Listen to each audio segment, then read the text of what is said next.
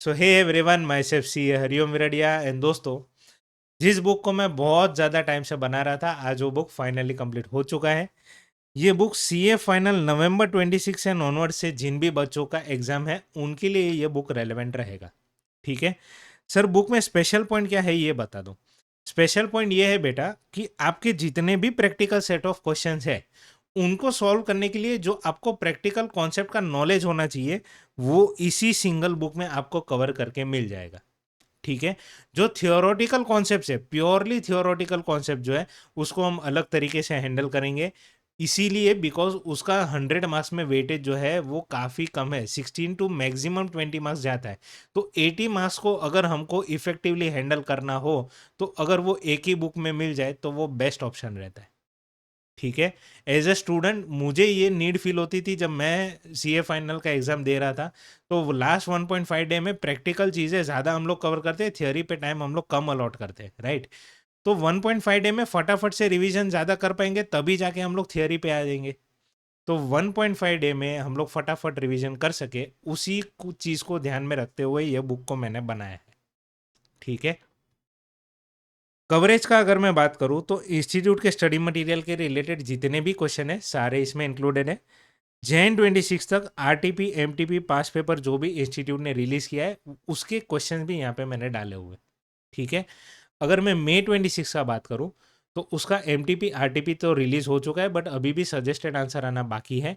तो जब भी सजेस्टेड आंसर आता है इन तीनों को मिला के जो भी नए सेट ऑफ क्वेश्चन जो होंगे उसका मैं आपको एक पीडीएफ फाइल प्रोवाइड कर दूंगा। ठीक है, मई 26 का कुछ भी मैंने इसमें इंक्लूड नहीं किया है, प्योरली बिकॉज एक अटेम्प्ट तक पर्टिकुलर जो भी कंटेंट अवेलेबल था मुझे उसको फ्रीज करना था, इसीलिए। ठीक है, टोटल क्वेश्चंस का मैं बात करूं तो 452 क्वेश्चन इसमें मैंने इंक्लूड किया है। इसमें सिर्फ और सिर्फ इंस्टीट्यूट के ही क्वेश्चन नहीं है, कुछ क्वेश्चन मैंने खुद कॉन्सेप्चुअली भी डिजाइन किए हैं, प्योरली बिकॉज एक फंडामेंटल बेस क्रिएट होना जरूरी है इंस्टीट्यूट के क्वेश्चन को हम लोग सॉल्व करें उससे पहले। एडिशनली मई 26 में हम लोग ने ये चीज़ भी देखी कि अगर कोई थियोरी कॉन्सेप्ट है जिस पे प्रैक्टिकल क्वेश्चन फ्रेम करना बहुत ही इजी है, तो ऐसी थियोरी के रिलेटेड जितने भी क्वेश्चन फ्रेम करना पॉसिबल था ना वो भी मैंने फ्रेम करके इसमें डाले हुए हैं। ठीक है, ज़्यादा करके ये बिजनेस वैल्यूएशन में आपको देखने मिलेगा क्योंकि उसमें ऐसी कई सारी थियोरी है जिस पे प्रैक्टिकल क्वेश्चन जो है वो ड्राफ्ट किया जा सकता है, बट अब तक ना तो वो स्टडी मटेरियल में उस पर कोई एग्जाम्पल है, ना कोई क्वेश्चन है, ना ही एमटीपी आरटीपी या पास पेपर में वो पूछा गया है।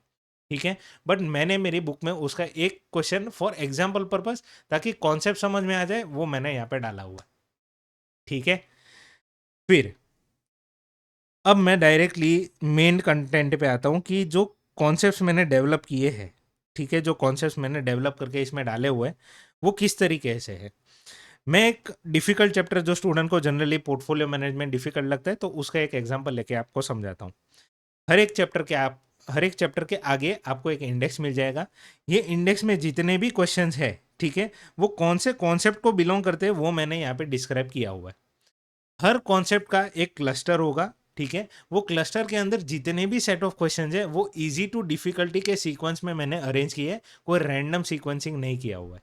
ठीक है, तो धीरे धीरे आप एक एक क्वेश्चन को जैसे जैसे सॉल्व करोगे नॉलेज बढ़ता जाएगा, हम लोग आगे के क्वेश्चंस को इजीली टैकल कर पाएंगे। ठीक है, क्वेश्चंस के बाजू में आपको एबीसी कैटेगराइजेशन मिल जाएगा। जब आप क्वेश्चन सॉल्विंग पे आओगे तो वहां पे भी मैंने एबीसी कैटेगराइजेशन जो है वो डाला हुआ है। ठीक है, हर क्वेश्चन के बाजू में आपको एबीसी कैटेगराइजेशन मिल जाएगा। रेफरेंसिंग भी मिल जाएगा कि एक पर्टिकुलर क्वेश्चन जो मेरे बुक में एग्जिस्ट करता है वो मैंने कहाँ से लिया हुआ है। ठीक है सर, एबीसी कैटेगरी हमको नहीं फॉलो करना चाहिए, मई 26 का पेपर हमारा भयानक गया था, सुनो ध्यान से। एबीसी कैटेगराइजेशन हमको चैप्टर वाइज फॉलो कर देना बंद कर देना चाहिए, बट क्वेश्चन वाइज हम लोग एबीसी तो डेफिनेटली कर सकते हैं क्योंकि हमारे पास जितने भी सेट ऑफ क्वेश्चंस है ऐसा थोड़ी है कि सारे ही ए कैटेगरी वाले हैं, सारे ही बी कैटेगरी वाले हैं। ऐसे कितने सारे क्वेश्चंस है जो सी कैटेगरी में बिलोंग करते हैं बिकॉज वो ईजी होते हैं, या फिर एक बार हम लोग ने वो सीख लिया तो हमको ही खुद से पता चल जाता है कि दूसरे रिवीजन में इसको इंक्लूड भी नहीं करना चाहिए। ठीक है, इसीलिए ABC categorization question wise follow करना कोई पाप नहीं है, बट चैप्टर वाइज फॉलो करना पाप है। ठीक है, तो कैटेगराइजेशन मैंने ए बी सी का कुछ इसी तरीके से किया है कि सी कैटेगरी में जो भी सेट ऑफ क्वेश्चन है वो बहुत ही ईजी है, ठीक है। आप एक बार कर लोगे, आपको नेक्स्ट रिवीजन में उसको लेने की इच्छा तक नहीं होगी। हो सकता है कि कुछ क्वेश्चन में आपको लगे कि नहीं यार, इसको अलग से वापस एक और रिवीजन में डालना है हमको, तो ठीक है, आप उसको एक बार और डाल देना रिवीजन में, ठीक। सी कैटेगरी में एम्बिग्यूटी क्वेश्चंस वाले भी मैंने इंक्लूड किए हैं, उसको मैंने सी कैटेगरी में रखा हुआ है प्योरली बिकॉज एक क्वेश्चन जो इंस्टीट्यूट एम्बिग्यूअस पूछ लेता है ना कभी भी पास पेपर में, कभी भी वो नेक्स्ट टाइम रिपीट नहीं होता, neither in MTP nor RTP nor any of the pass papers, ठीक है। तो ऐसे एम्बिग्यूटी वाले क्वेश्चन जो है उसको भी मैंने सी कैटेगरी में ही डाला हुआ है। बट ऐसा नहीं है कि आपको उसको करना ही नहीं है, आपको कम से कम उसको एक बार तो कर ही लेना है, ठीक है। अब मैं कॉन्सेप्ट्स पे आता हूँ। कॉन्सेप्ट्स को मैंने देखो किस तरीके से बनाया है। मेन कॉन्सेप्ट जो है वो यहाँ पे लिखा है, सब कॉन्सेप्ट यहाँ पे लिखा है, और फिर उसका सारा डिटेलिंग किस तरीके से हमको प्रैक्टिकल क्वेश्चन जब हमारे सामने आएगा तो हम लोग उसको किस तरीके से सॉल्व करेंगे, सेम मैनर मैंने यहाँ पे प्रेजेंट किया है, purely for the purpose of consistency. जो कॉन्सेप्ट हम लोग पढ़ रहे हैं उसी को अप्लाई करना है क्वेश्चन में, तो किस तरीके से दोनों में पैरिटी रहे उस चीज़ का मैंने ध्यान रखा हुआ है, ठीक है। आप बस एक बार विजुअली थोड़ा सा देख लो ताकि आपको कॉन्फिडेंस आ जाए कि हाँ किस तरीके से मैंने बुक को फ्रेम किया हुआ है, ठीक है। ओके, डायग्राम्स का भी मैंने बहुत ही ज़्यादा हेल्प लिया है, जहाँ जहाँ पे भी मुझे लगा कि कॉन्सेप्ट को डायग्राम से एक्सप्लेन करना चाहिए तो वहाँ पे मैंने डायग्राम भी इंक्लूड किया हुआ है, ठीक है। Okay, then exam focus concept है, ये तो मैंने आपको बता दिया। क्वेश्चंस का इंडेक्स जो है वो आपको हर चैप्टर के आगे मिल जाएगा। कॉन्सेप्ट वाइज ग्रुपिंग किया है, इजी टू डिफिकल्टी सीक्वेंसिंग किया हुआ है, एबीसी कैटेगराइजेशन मैंने किया हुआ है, ठीक है। हर एक सॉल्यूशन को दोस्तों, बुक में जितने भी क्वेश्चंस है हर एक सॉल्यूशन को मैंने हैंड टाइप करके ड्राफ्ट किया हुआ है, सिंप्लीफाई किया है, प्रेजेंटेशन का मैंने कंसिस्टेंसी लाया है।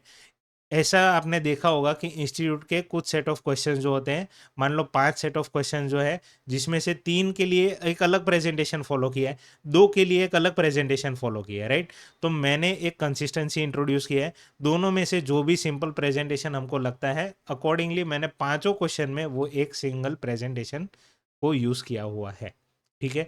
अब इसका बिगेस्ट बेनिफिट क्या होता है मालूम है, जब हम रिवाइज कर रहे हैं ना, हर रिवीजन में हमको ये बैक ऑफ द माइंड में हमारे है कि हाँ ये प्रेजेंटेशन फिक्स्ड है, एक ही प्रेजेंटेशन को यूज करके मैं 5 क्वेश्चन सॉल्व कर सकता हूँ, ठीक है। मर्जर्स एंड एक्विजिशन के चैप्टर में 20 क्वेश्चन को आप एक ही सिंगल टेबल से सॉल्व कर सकते हो, ठीक है। अगर प्रेजेंटेशन का कंसिस्टेंसी है तो आपका नेक्स्ट रिवीजन में जो एफर्ट डालना है ना वो काफ़ी कम हो जाता है।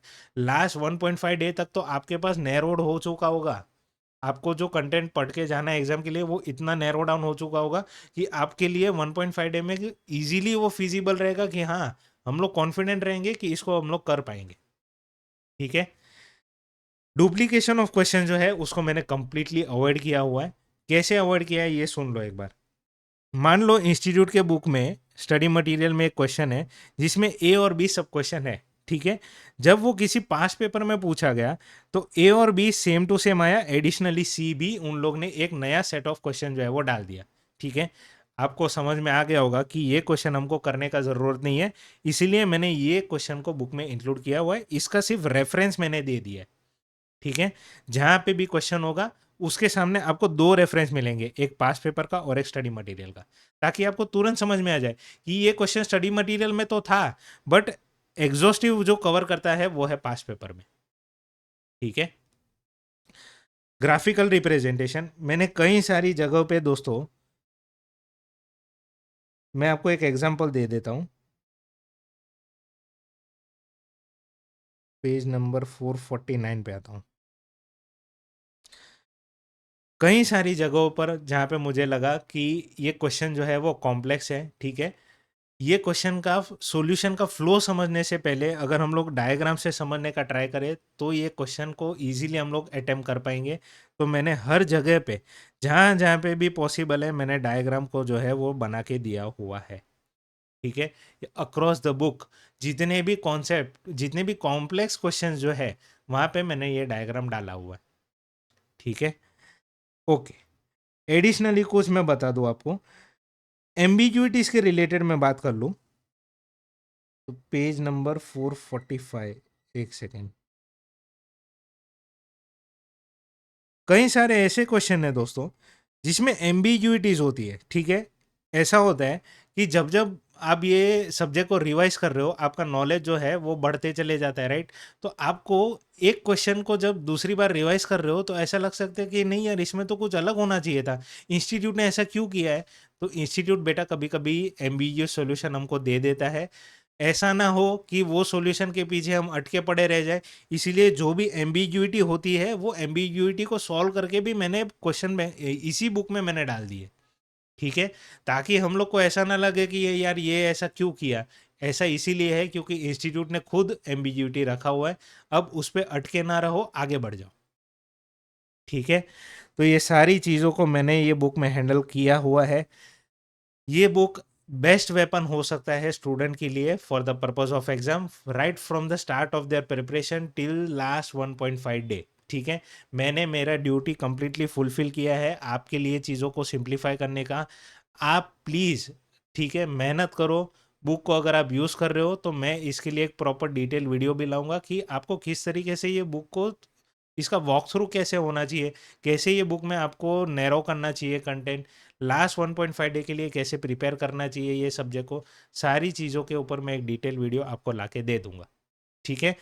अब अगर आपको बुक को परचेस करना है तो ये मेरे वेबसाइट पे अवेलेबल है, ठीक है। एक ही जगह पे ये अवेलेबल है फॉर परचेज, वेबसाइट पे मिल जाएगा। वेबसाइट का जो लिंक है, प्रोडक्ट लिंक, ये आपको यूट्यूब के डिस्क्रिप्शन में, यूट्यूब के कमेंट सेक्शन में, व्हाट्सएप पे, व्हाट्सएप के ग्रुप पे, टेलीग्राम के ग्रुप पे मैं इसका लिंक जो है वो आपको प्रोवाइड करके दे दूंगा, ठीक है। अच्छा, ऑर्डर करोगे तो आज अगर आप ऑर्डर करोगे तो 15 डेज मेरे को डिलीवरी में जाएगा, क्योंकि अभी भी प्रिंटिंग में है बुक। डिस्पैच करने को अराउंड 8 to 9 डेज जाएगा। आपको डिस्पैच करने के बाद डिलीवर होने में एडिशनल 5 to 6 डेज जा सकता है, ठीक है। तो उसी अकॉर्डिंगली आपको अगर प्लान करना है, ये बुक के रिलेटेड कोई भी आपको डाउट है कवरेज के रिलेटेड, तो आप मुझे डायरेक्ट कॉन्टेक्ट कर सकते हो, कॉल कर सकते हो, मैसेज कर सकते हो, ठीक है। सो आज के लिए बस इतना ही, मिलते हैं अगले एपिसोड में, बट तब तक के लिए thank you very much, have a nice day.